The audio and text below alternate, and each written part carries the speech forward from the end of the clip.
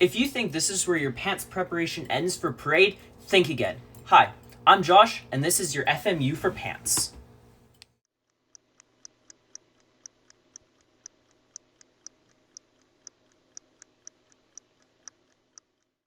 Before we get into actually ironing our pants, we're going to go over some of the don'ts, some things you can avoid to keep yourself safe and to keep your pants safe. Because unlike your boots, your pants can't be repaired after a mistake's been made, especially if you burn them. So speaking of burns, let's talk about heat setting.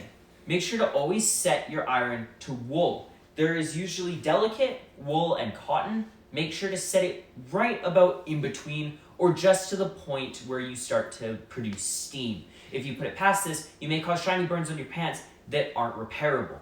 Just a key safety feature, don't leave your iron unattended. Make sure to always unplug it so you don't cause any accidents. Always make sure your crease reaches the middle of your belt loop.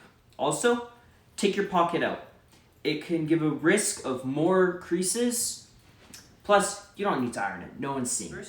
You just want to go over it with slight to moderate amounts of pressure and just get all those creases out. Make sure you're pulling tug or laying out your crease.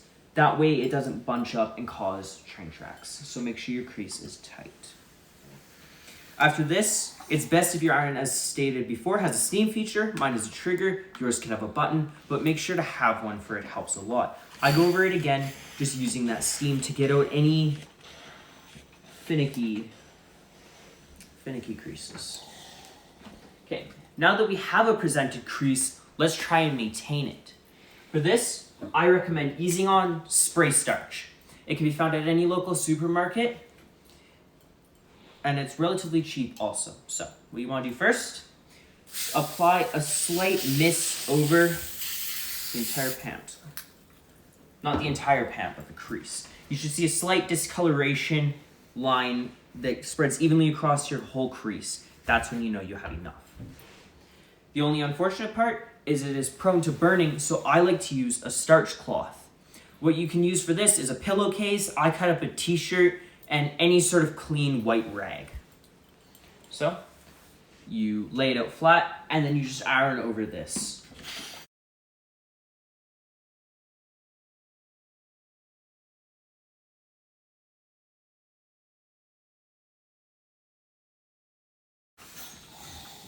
Okay, now that you've gone over it once, you don't really need the spray starch cloth anymore because it's evaporated enough of the spray starch.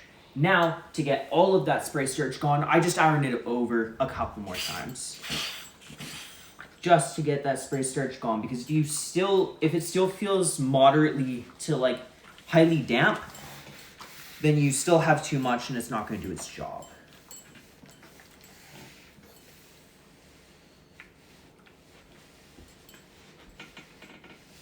And there you go. The back of the pant is just about exactly the same. A few key differences are both creases need to reach this center belt loop here. It forms a V. Make sure to always pull out your pocket once again because you don't need to iron it.